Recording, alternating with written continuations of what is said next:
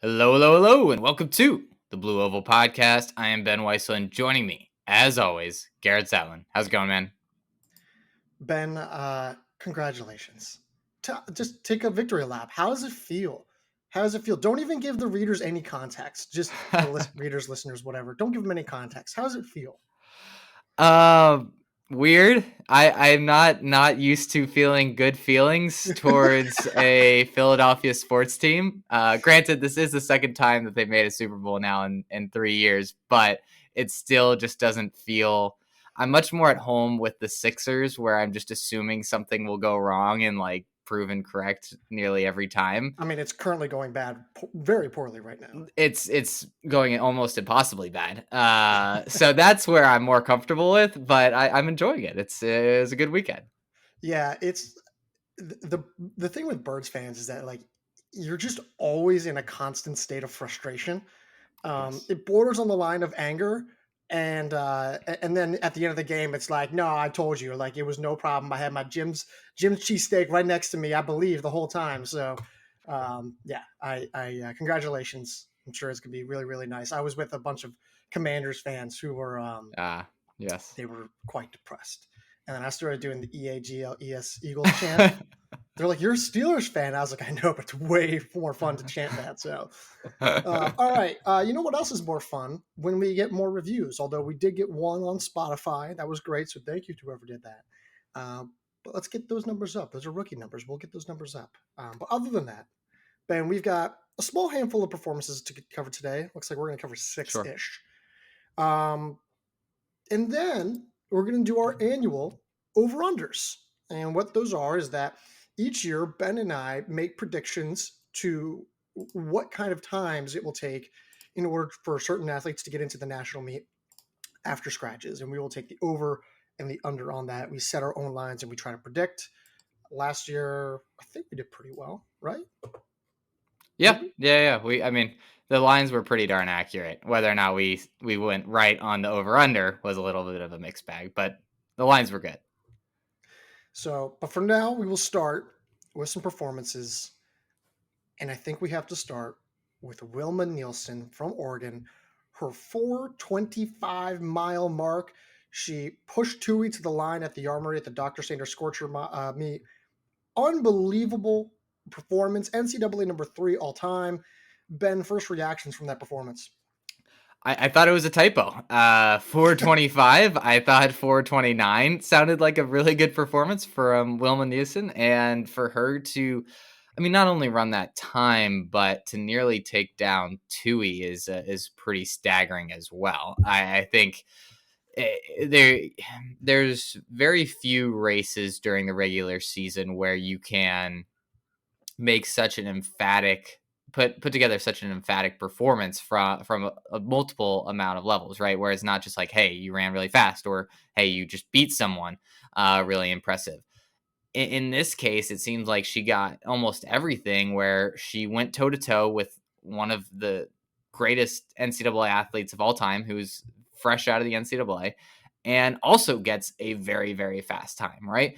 Now, I think the only thing missing was, and you can't have this at both at the same time, right? Is a tactically like a good performance in more of a tactical race.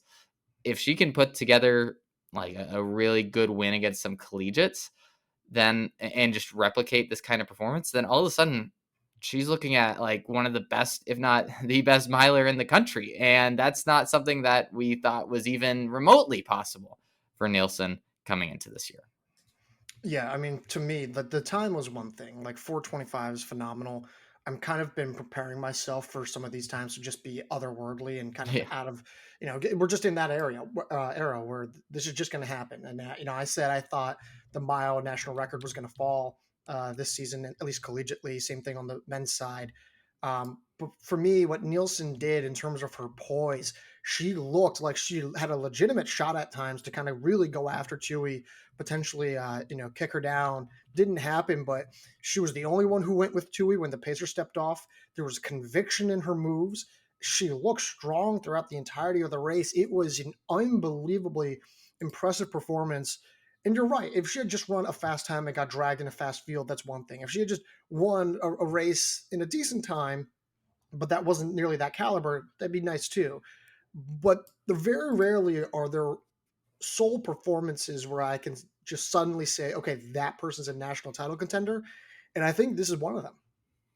Yeah, yeah, absolutely. And I think the either confidence or bravery that she showed with going with Tuohy once the pacer went off, I think is also a very good sign for her, right? That she believes that she believed that she could hang, right? I think there's a lot of women, especially when you're making this big of a leap, a lot of times those kind of performances come when you're just like, again, you're kind of just hanging, and you're not having to make like a lot of decisions, right? And then all of a sudden you just look up the clock and you've run way faster than you ever had before. She had to make a concerted effort to just say, hey, I'm going like with this group, going with Tui.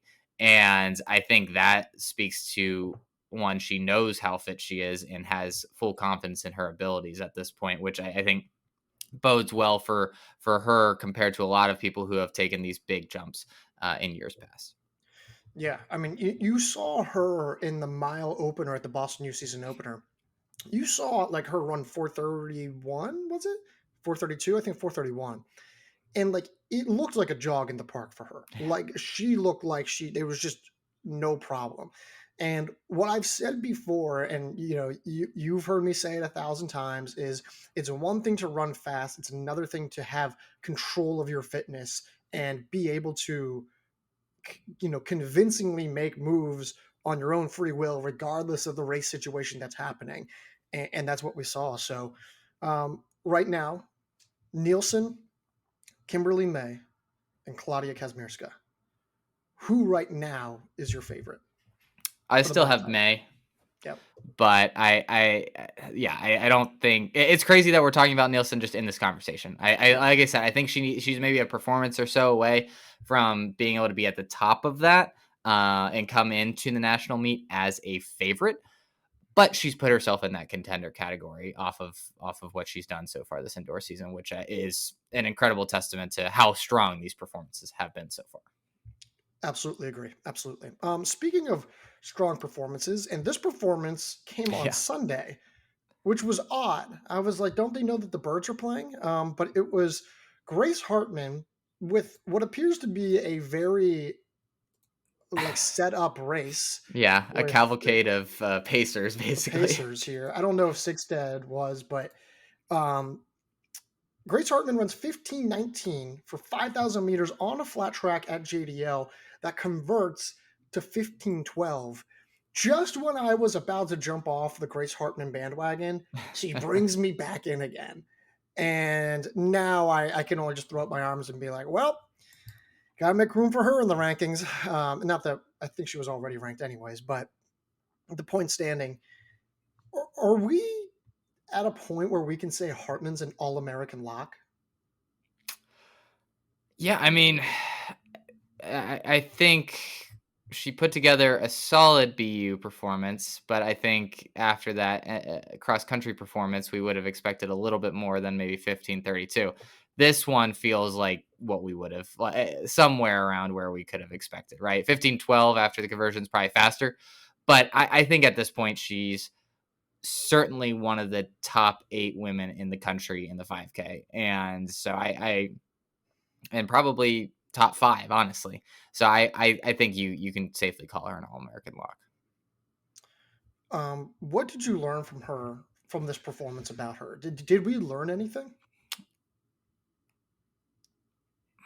Maybe a little bit more. Not really. I think maybe just a little bit better than I expected. Like 15:19 before conversion, 15:12 after conversion. So again, I thought she could run like 15:20. I mean 15:15 maybe on a really really good day. So this definitely exceeded my expectations. But I'm not going to pretend like I didn't think that someone who finished fifth at NCAA Cross was incapable of running a really fast 5K. Yeah, yeah. I'm impressed that she did it on a flat track, but Yeah. regardless, I agree. I think she's an All American lock at this point. She's just become so reliable Like, just I don't know what more she needs to do to kind of, continue to say that, hey, I'm just going to show up and I'm going to be awesome every time. Whether or not she's contending for national titles, that's a completely different tier to discuss, especially with Doris Lemmengal. Yep. But I hear you there. So speaking of insanely fast times, Abdullahi Hassan, the former Wisconsin Badger who was a graduate transfer to Mississippi State this past summer, he drops a 145 mark for 800 meters, NCAA number 6 all time on the indoor list. He defeated a handful of strong talents, including Brian Kiwai, who was 146. There's Christian Harrison of Golden Coast TC, who was also 146. And his teammate, I don't have it on top of me Louis right here. Versuli? Sure, let's go with that. Seal. He ran 147. Hassan, the 800 meters feels wide open. No, I don't know if I say wide open, but if maybe wide open. It's Yeah. open. Yeah, I like. It's like the door is open. I don't know if it's wide open, but it's open. Are we willing to put him in the national title conversation following this effort?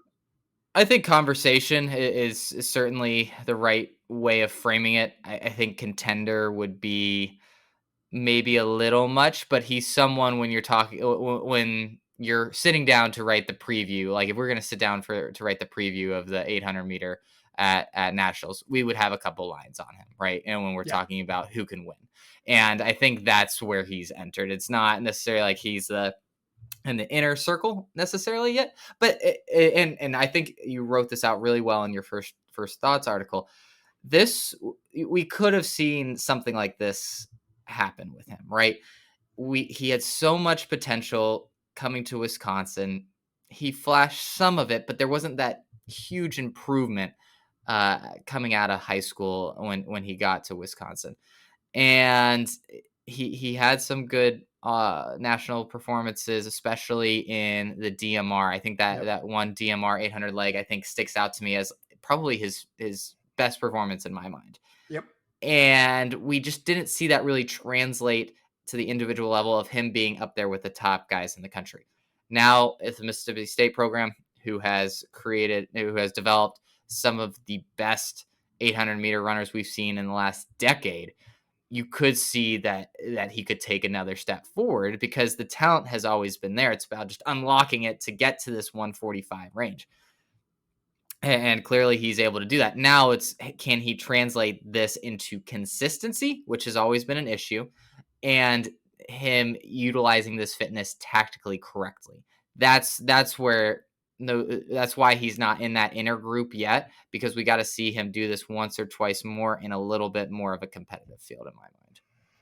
I completely agree. And during the summer though, I will say when he signed with Mississippi State, I was like, perfect, because what some people may forget is, yes, Mississippi State is responsible for developing Brandon McBride and Navosky Anderson and Marco Arap. Excuse me.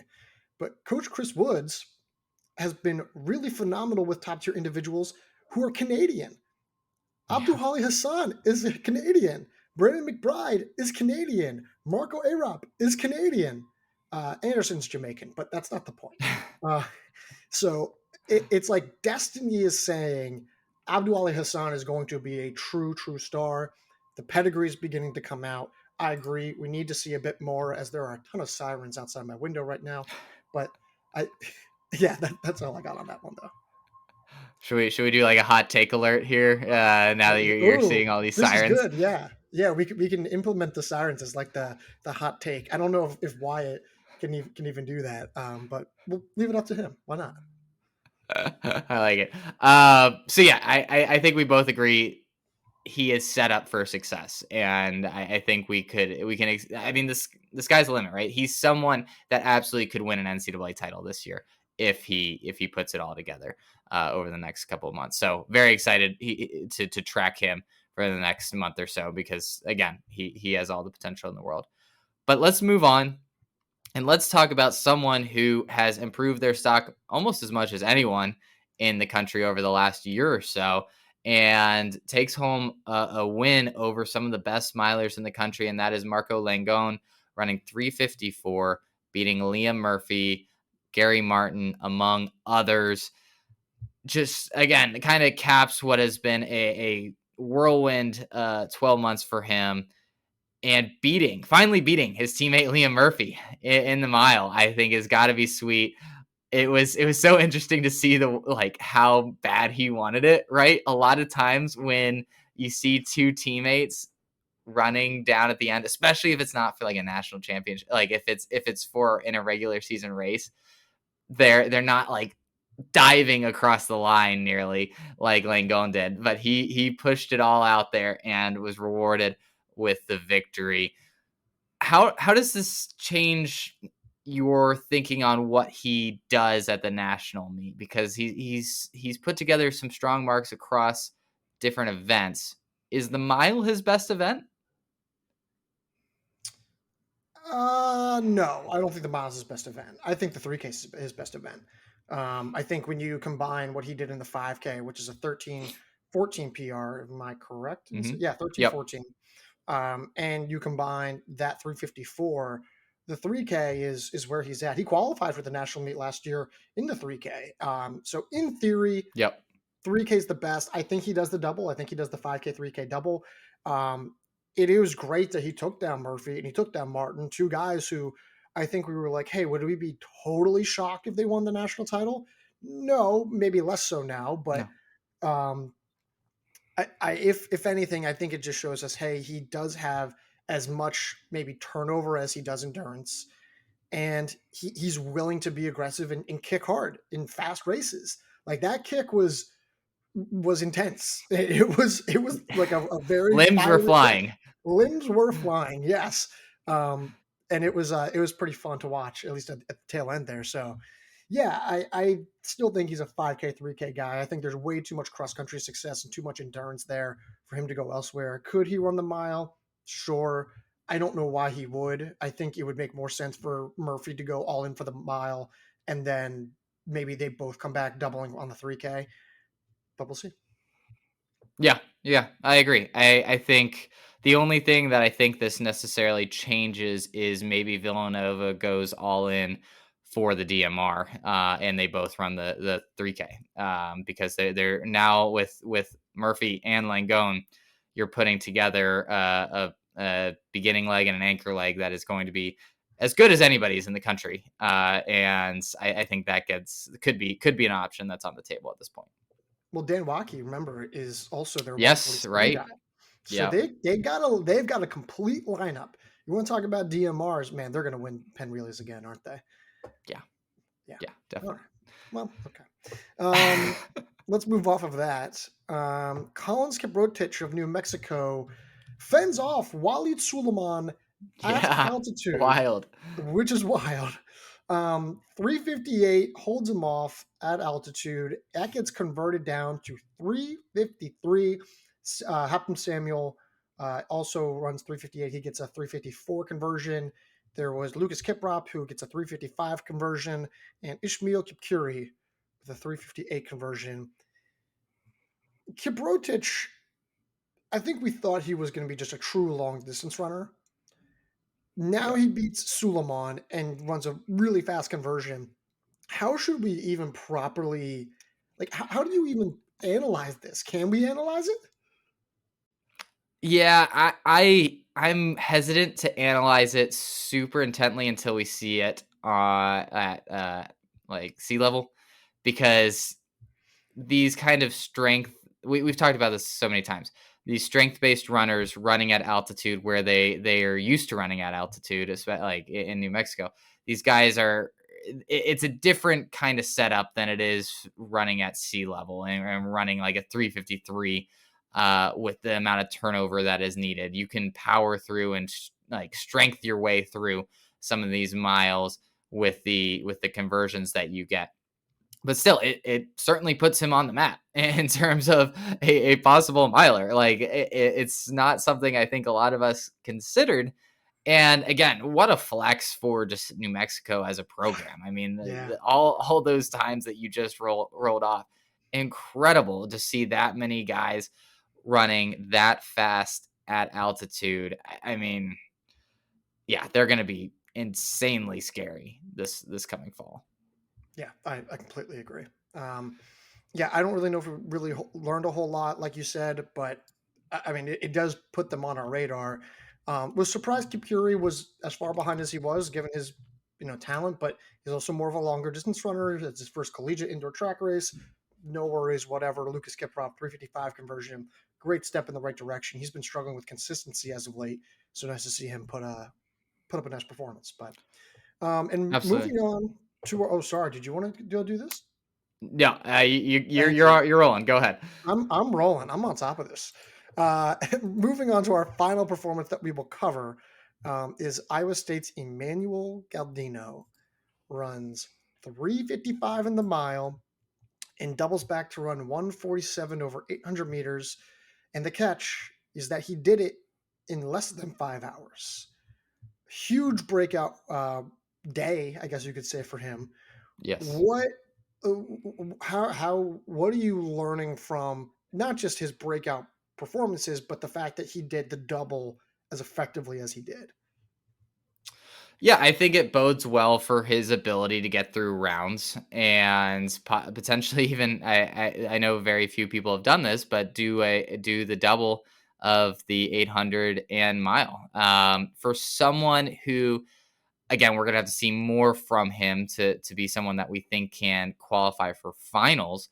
I think that could be an interesting discussion where it's like he gets the opportunity to race both of those. He clearly has the fitness to at least be competitive in both. But yeah, I mean, he just put himself on the map. Is the best way of putting it. I don't know what we can say from a national level, but with Iowa State's with their track record, you can bet that he's going to keep improving and probably be at his best when it comes to March. And I think that sets him up for maybe he is someone that makes a final in one of these events because I mean, his teammates that he beat are all studs as well. And this is an Iowa State program that knows how to develop, knows how to prepare their middle distance runners to compete at the highest level. He's got to take a little bit of a step forward in both in one or both of these events to really get into that All American conversation in my mind. But he's very very close. Ford Washburn, Kyle Reinheimer, and Emmanuel Galdino. Who is currently your front runner for most improved? So who was the other one besides Washburn? Kyle Reinheimer ran 146 at Oh yeah, Washington. He cannot run one faster than 148. yeah.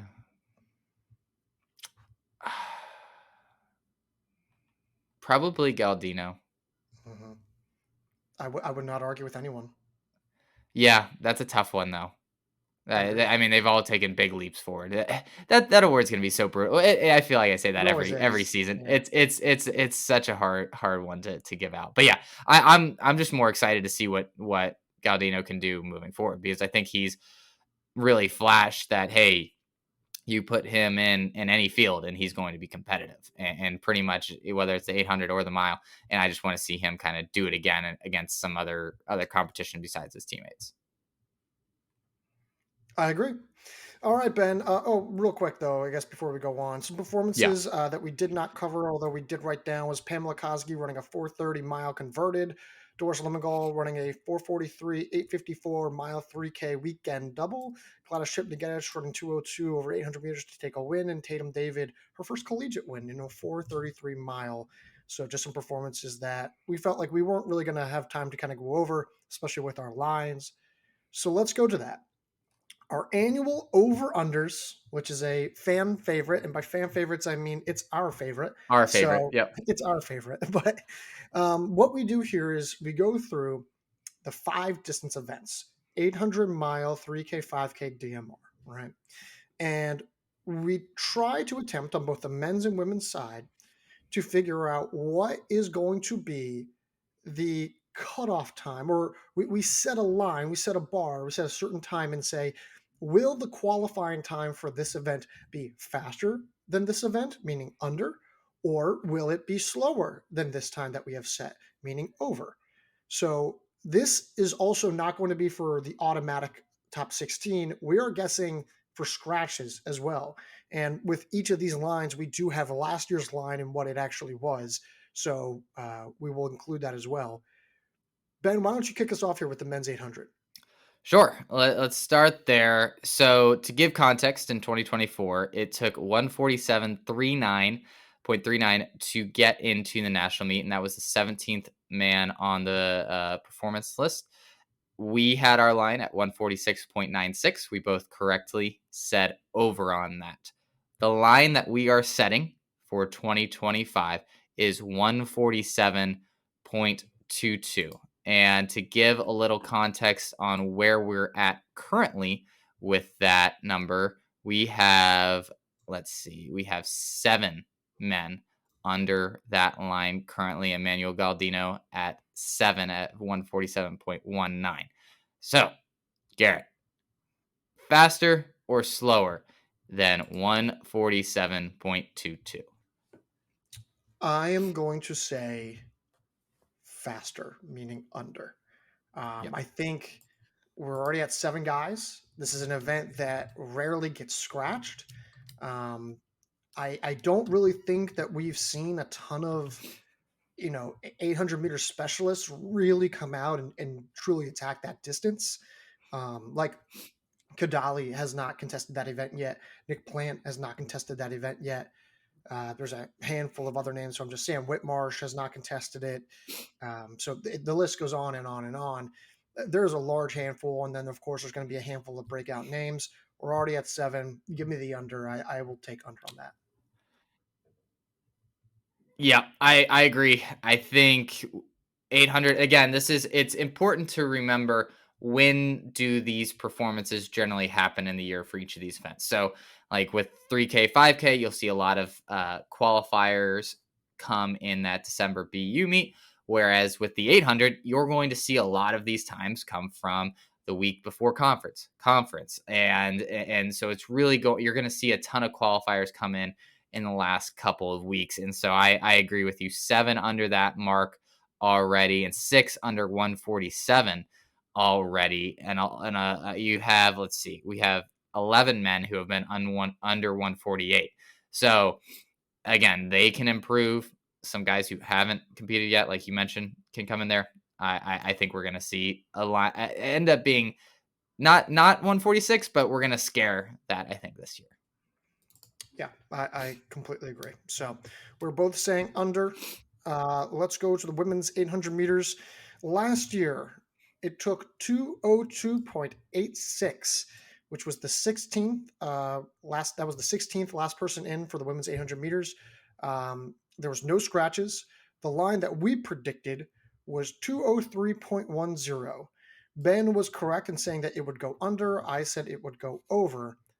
This year, we have set the line at a slightly faster 202.75. Um, well, it's slightly faster, I guess. Yeah, 202.75. Last year's line was 203.1. 202.75. Ben, what do you think? I'm going over. We've only seen 4 women go under that, and it's in a couple of those women you would have expected to be the ones that would qualify. Sophia Gorian, Gladys Chepnaginic, Megan Hunter, even. I I just don't think we're going to see enough people run under that time, or feel like they need to run under that time to qualify this year. Again, we still got a lot of women left, and everything that I said about on the men's side about seeing a lot of great performances rolling in the last couple of weeks applies here. I just think that's a little aggressive for a qualifying time this year. I agree. I'm also going over. For me, it's not so much how many women have already done that, but rather look at the women who from last year are now gone. I mean, it's Right. the Kellyanne Beckford, Gabiji Gabadite, and Carly Thomas. Those were 3 of the top 5. You're basically taking away 3 guaranteed women to hit that under, along with 2 on the back end. I struggle to see where the depth is coming from. I didn't necessarily think that the women's 800-meter depth got any better this year. Not that it got any worse necessarily, but I agree. I don't see that happening. I think it's going to be over. let's just call it like this. Do you see it being under 203 flat or over 203 flat? I think I could see it under 203 flat. I think it could be just under that. Yeah. I Yeah, think that's where we fair. put it is it was like I was in between. Like I felt like it was gonna be under 203, but I think that extra quarter of second will end up making a pretty big difference, honestly. Yeah. Okay. Let's move off of that men's mile here. Last year, 355.46 was the final time in after scratches. That was the 23rd man. Our line of 355 flat was what we were guessing. I went with the over, and that was correct. Ben went with the under. That was incorrect. This year, we are setting the line at 354.97 after scratches. What are we thinking here? This one's tough. 10 men already under. And traditionally you have to there's a lot of scratches, and you already look at the performance list. You have a couple people that you probably think are going to scratch. You have Haftam Samuel. We talked about Marco Langon, Tanoto Masada. Like, he's probably going to scratch as well. So really, I mean, again, we're talking about maybe 6 or so people who have actually gone under that will stay in this event. That said, I think I'm going to go under. It was 355.46 last year, and it does seem like we are seeing 354s with a lot more regularity this year. And I think that trend is going to continue. There's some bigger meets where you're going to see a lot of men run under this time. And you just I think the fact that you've seen so many guys under 357 so far, they're all going to be chasing that 354 time. I mean, you look at this group like Leo Dashbach. He's going to be going full out for it. I'd be shocked if he doesn't run under that time. We talked about Galdino. I think he can run under that time if he wants. Ford Washburn will be an interesting one to watch. He's probably on the out. He's probably right on the fringe right now with 355.22, his converted time. And then you just have a lot of other guys that I think that haven't run yet that I think can come in and push this line even further. I'm going to go with a slight over. Slight over. Like 354.98. kind of over. I agree with you. Like I agree with you in the sense of like that the how do I put this? I agree with you that the quality of the mile performances are going to improve, but just because top end is going to be better doesn't Right. necessarily mean that the back end will just suddenly be there too. So I'm going to take a slight over. You're looking at almost, if you take the under, you're suggesting that a full half second is going to come off of from Yep. scratches, which is a lot. And so I feel safer taking the over, and that's why I'm going to take the over. The over has traditionally been a safer bet with our lines. We sometimes get a little aggressive. So and speaking of an aggressive line from last year, we have the women's mile. We set at 430.89, ended up being 433.04. The 24th woman was the last one to qualify after scratches. We both said under on 430.89, which I think is pretty funny. This year we have a much more moderate line, 432.95. And so far, we have seen 6 women go under that, a seventh woman right at that line. I am going under. I think, Oh, man. yeah, I'm going to go under. I think that the quality is just better across the board for the mile. I think we've just seen way too many performances. Like, I get it. Kosky will probably not run this event. Whitaker will probably not run this event. Kennedy will probably not run this event. But I just look at so many women being like, she'll go faster, she'll go faster, she'll go faster. Um, I just trust the depth way more. And I'll take it under. I don't know what to tell you. Yeah, I'm going to go over just because I'm scarred from last year. Like last year, I think we both thought we were going to see a big leap. And maybe we do end up seeing that leap this year, but for whatever reason, it just doesn't seem like there's a huge push to, or just the ability to go much faster than 4:33. Like we've seen it kind of stall out at that number a little bit. And you even look at this year. I mean, there's 13 women who have gone under 4:34, and yeah, like you said, there's just a solid amount that you think could end up scratching, which is the thing that worries me, and I don't know how many people there are going to be to replace that group. So Well, my counter to that is that there are 10 women currently within 10 seconds of that mark right yes, now. And many of those women would go for it, right? Like I'm talking, like who I'm talking about is Ali Ince would go for it. Tatum David would go for it. Margot Appleton would go for it. Cochran would go for it. Arabach would go for it. Shelbourne would go for it. Becky Shipern would go for it. Agnes McTeague would probably go for it. Upshaw would not, and Hackett would.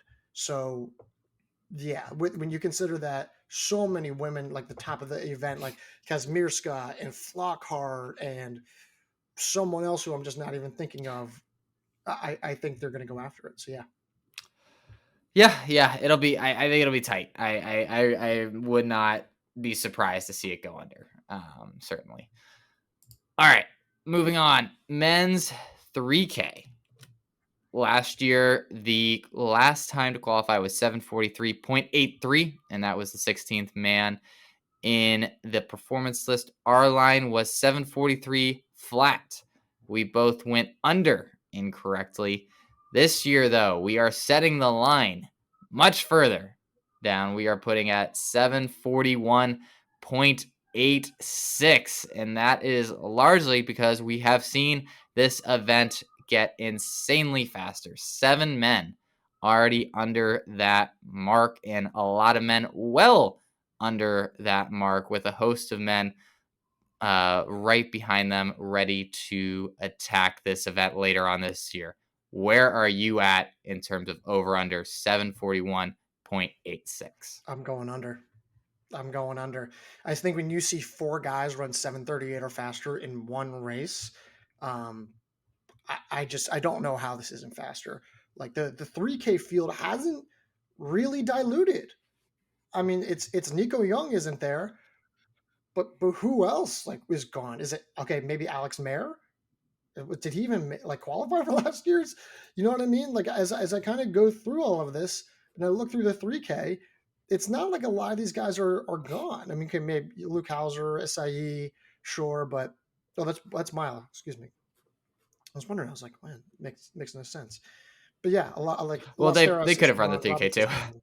Yeah, they could have. Um, but just in terms of how this event usually shakes out, I like it to be under. Yeah, I'm gonna go under as well. You don't see a lot of scratches in this, and the NCAA seemingly has taken a huge step forward in this event in particular for whatever reason. It's crazy that it's going to take under 7:42 in our minds to qualify, but I think Thomas Boyden is going to be right there on the edge at 7:41.85, and that is a pretty ridiculous place to be. Yeah, isn't that wild? I think he's gonna get in, but like I'm not I do confident too. at all. Not Yeah, confident at all. that's what we're basically saying. He's going to be the last guy in Yeah, with our predictions, yeah. which It's just that is no one stunning. scratches, which is the thing. Like, why would anyone scratch? So you got to take it at face value right now. And 4 guys are like, I mean, there's no reason. We're already at 7, and the Valentine, Yeah, Terrier, Washington meets, Washington. Yeah. conference. Yeah. So, um, all right, women's 3K. The line that we had last year was 8:53 flat. The actual time to get in was the 16th runner at 8:54.12. We both said over, and we were both correct. This year, we're going to nudge that line down to 8:53.15. Do you have over or under for this? This one's tough again. 4 women under that so far. 5th, that's right there. But you look, listen to the list of women who have not qualified. If we use the current time that we have, you have Riley Chamberlain, Laura Pellicoro, Doris Lemingel, Melissa Riggins, Amina Matug. Like this is a group of women that absolutely will be running faster, and you would expect all to put in some bigger efforts. But still, that's you're saying we're basically saying you need 12 more women to run faster.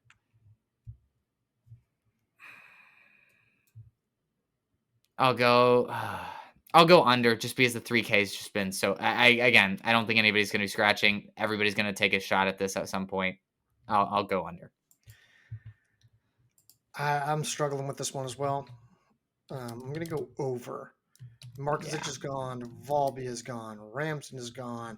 Chipkira is probably not racing this season. Matug is not at the top form that she was once at. Lexi Halliday-Lowry, we don't know her current status. Kaylee Mitchell is gone. Taylor Rowe is gone. Flamita Asakol is gone. Sadie Sargent is gone. That's just a lot of women who are gone, and especially at the top end, who you knew were going to be there. I think the top end maybe gets replaced by a few breakout runners, but I think if enough women have returned, I'd say under, but I just don't. With the top end, the guaranteed women who you know are going to be there, with that gone, I have to go over. Yeah. I think this is the hardest one that we've done so far. Like it's an appropriately aggressive line, but it requires the most kind of unseen performances so far. And when you're at the 3K, that's where it's scary. There's only really going to be so many races where you can run that time. So we're banking, at least I'm banking on like 2 or 3 of those races creating like 5 or 6 of these type of performances, which it could have. I feel like it certainly can happen, but it's a tall order. I would agree. All right, let's go to the men's 5K. 13:28.83 was the last time to get in last year. It took to the 18th runner. That was the cutoff time. Our line that year was 13:25.6. I said over and was correct. Ben said under. This year, we're setting the line at 13:25.15. We're actually making the line faster than it was last year, despite going over. So, will 13:25.14 or faster get you into the national meet for the 5K? I think it is. That's what it's going to take. You already have 12 men under that line. Creed Thompson, 13:25.03 is the person that I think will be that last man in. I think we will see 4 more performances run under basically 13:25, and I think we're going to see an under here.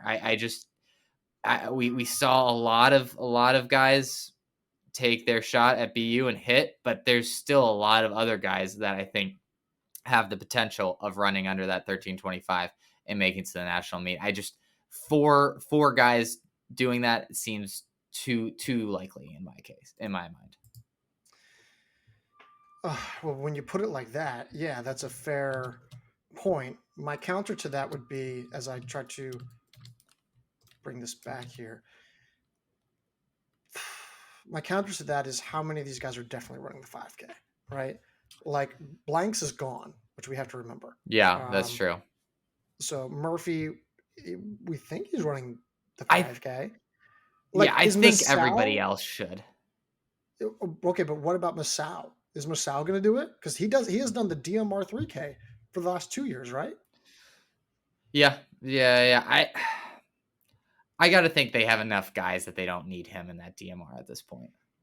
I think it's going to take more than just, you would think, right? But I mean, if you've won the last 2 national titles and you can run the same lineup back for a 3rd straight time, I don't know why you wouldn't. So I think it's going to take more than just 4 extra names to kind of get in there. Does that mean I'm necessarily going to take the over? No, but I just want to take a look at some of these cross country results and think about who still hasn't gone. So Hatham Samuel hasn't. I mean, after the performances Klinger, from all those New Mexico guys, would it be stunning to see another New Mexico guy in there? Klinger's a lock, It's I think. it's no like I'm not necessarily worried about the Mexican guys. It's more of like the top end, like the guys I think of like Parker Wolf and Ethan Strand could go under if they want to. Oh, absolutely. I don't know if Strand would run the mile. Wolf probably. Um, I think Wolf, Samuel, and Klinger. I think three. You have to feel pretty good about those three. yeah, those guys would do the 5K. I don't think Strand would. Um, that's tough. That's so tough. So you need like two more at least, probably. Yeah, all right. Give me the under. Give me the under. I don't feel good about it. I don't like Hey, it. there you go. I don't like it. Yeah, it's an aggressive line. It is. 13:25. 3 seconds faster. 13:25.15. That's over 3 seconds faster than last year. But I think BU proved that. I think that it certainly could be in the cards this year. On the women's side of the 5K, 15:33.98 was the last woman in, and that was the 16th place performance on the accepted entries.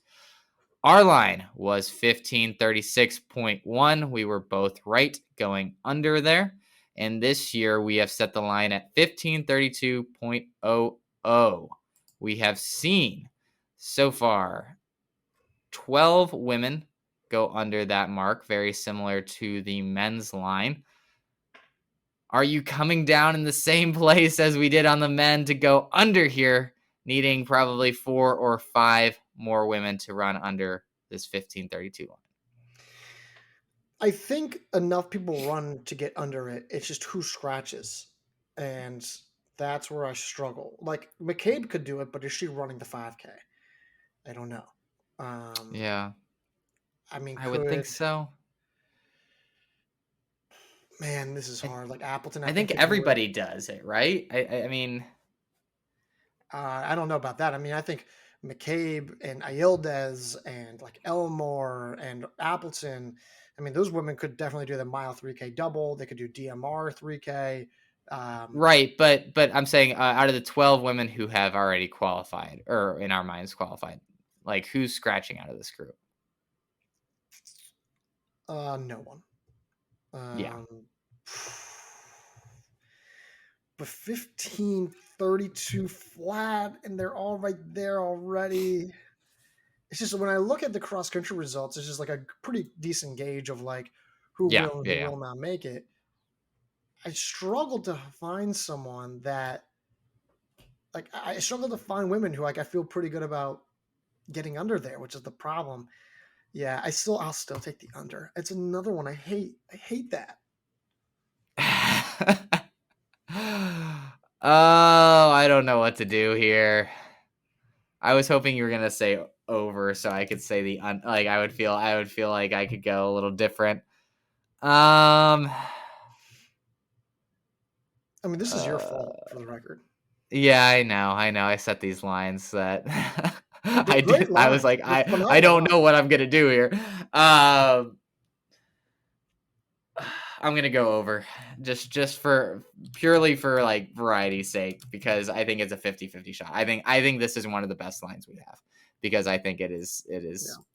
it's a 2 second improvement from last year and that feels extraordinarily doable, but it's still a big improvement from last year. All right, I agree. men's DMR last year to qualify took 924.22. Our line was 922 flat. You were right, Garrett, with the over. I went under on that. This year, we are setting the line at 923 flat. The DMR is like the hardest, so I think usually one of the hardest ones to do because no one really runs it until later. The fastest time we've seen so far is 936, but we will see a flood of these performances towards the back half of the indoor season. Where are you at with 923 flat? It's just a matter of like who wants to run it, which is always the problem. You know, Yep. you have traditional like Washington, Oklahoma State, Virginia will Villanova will definitely do it. Villanova will go after it. Wisconsin usually does. Arkansas usually Yeah. does. Indiana usually does. Georgetown will almost certainly go after it this year. Um, and then you're basically just wondering. I'm gonna go. That's. Do you have yours? Do you know what you're gonna answer yet? I think I'm gonna go over. It just seems like we were very aggressive last year, and this feels like I do think it'll be 923 something. I think it'll be a second, at least a second improvement from last year. But I think one and a quarter second improvement seems like a lot, considering there hasn't been like a couple new teams that you would really feel like have emerged with a lot of talent to be able to attack that.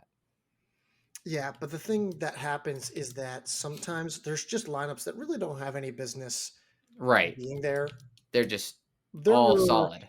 yeah, like let me take a look as I look through. It was like, maybe like one, Tennessee from like 2 two, years ago, I think is a yeah, good one. yeah, two, three, four. There was like 4 or 5 of them, last year that just weren't. Oh man, yeah, give me the over. I hate Yeah. that. That's another one I hate. Yeah. Yeah. That's one I That hey, if we're hating the Lions, that means we're setting good ones hate. Yeah, because I we know. we don't like making a decision. All right. Last but not least, women's DMR. This was the line that we set the best last year. We were right on it.